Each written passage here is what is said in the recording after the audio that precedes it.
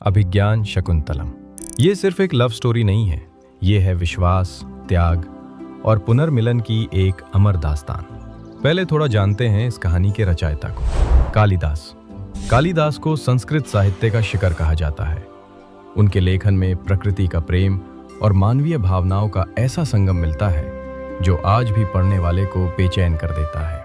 उनकी 3 सबसे मशहूर रचनाएं हैं, अभिज्ञान शकुंतलम, मेघदूतम और कुमार संभवम। ये गुप्ता वंश के स्वर्ण युग में लिखी गई, जिसे इंडिया का कल्चरल गोल्डन एज माना जाता है, और उन्हीं की कलाम से निकली है आज की कहानी। अगर अभी तक वीडियो पसंद आ रही है तो जल्दी से लाइक कर दो और चैनल को सब्सक्राइब कर लो। मैं ऐसे ही एनिमेटेड स्टाइल में लिटरेचर को आपके लिए सिंपल और इंटरेस्टिंग बनाता रहूंगा। चलो स्टोरी कंटिन्यू करते हैं। इस कहानी की नायिका है शकुंतला। वो थी ऋषि विश्वामित्र और अप्सरा मेनका की बेटी। अब सुनो ये ट्विस्ट। इंद्र ने मेनका को स्पेसिफिकली इसलिए भेजा था ताकि वो विश्वामित्र की तपस्या तोड़ सके। दोनों मिला और शकुंतला का जन्म हुआ।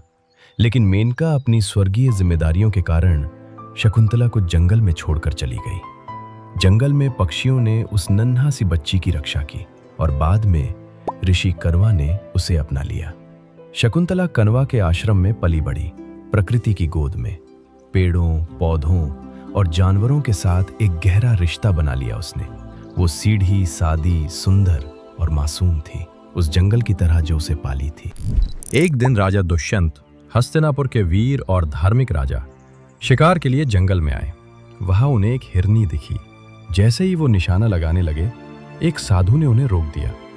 रुको राजा, ये हिरनी कण्वा के आश्रम की है।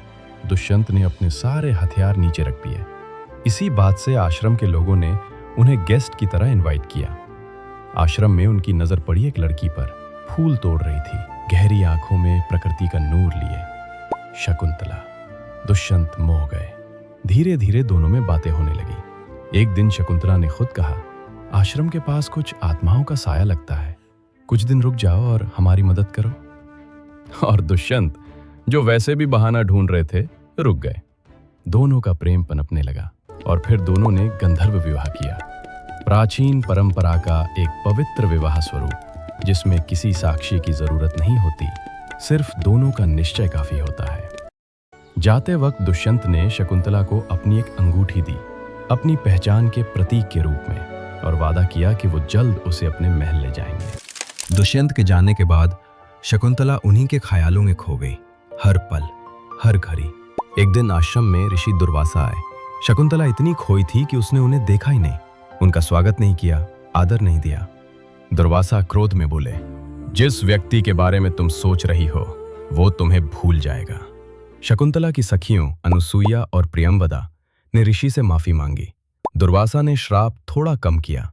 जब शकुंतला उस व्यक्ति को उसकी दी हुई निशानी दिखाएगी, तब सब याद आ जाएगा। शकुंतला को सुकून मिला। अंगूठ तो उनके पास थी। जब ऋषि कुआं आश्रम लौटे, उन्हें पता लगा शकुंतला और दुशानत के बारे में। उन्होंने देखा कि शकुंतला प्रेग्नेंट थी। कुआं खुश हुए, एक रॉयल चाइल्ड ला रहा था। उन्होंने शकुंतला को कहा, अब तुम विवाहित हो, अपने पति के पास जाओ। शकुंतला अंगूठी पहन के दुष्यंत के महल की तरफ निकल पड़ी। रास्ते में एक नदी आई। वो पानी में हाथ डाल के धीमी धीमी चल रही थी। दुष्यंत के ख्यालों में खोई और उसी वक्त अंगूठी हाथ से निकल गई, पानी में जा पड़ी और एक मछली ने उसे निगल लिया। शकुंतला को कुछ पता नहीं चला। वो महल पहुंची, दुष्यंत को देखा, लेकिन दुष्यंत श्राप के कारण उन्हें पहचान ही नहीं पाए। शकुंतला ने अंगूठी दिखाने की कोशिश की, तब जाके एहसास हुआ अंगूठी है ही नहीं। दुष्यंत ने इनकार कर दिया। शकुंतला टूटी हुई वापस जंगल लौट गई। कुछ वक्त बाद एक मछुआरे को नदी में एक मछली मिली। उसने घर ले जाके काता तो अंदर से निकली वही अंगूठी, राजा के नाम वाली अंगूठी। मछुआरे को पकड़ के राज दरबार में लाया गया। पूछताछ शुरू हुई। ये अंगूठी तुम्हारे पास कैसे आई? उसने बता दिया। अंगूठी दुष्यंत तक पहुंची और जैसे ही उन्होंने उसे छुआ, सब कुछ याद आ गया। शकुंतला, आश्रम, गंधर्व विवाह, वाडा।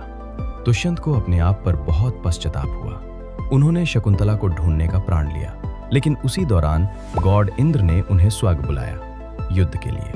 6 साल बीत गए। जब दुष्यंत वापस आए वो हिमालय की तरफ निकल पड़े। वहां उन्होंने देखा एक बच्चा शेर के साथ खेल रहा था, बिल्कुल निडार। दुष्यंत को कुछ अपना सा लगा। बच्चे के गले में एक काला धागा था।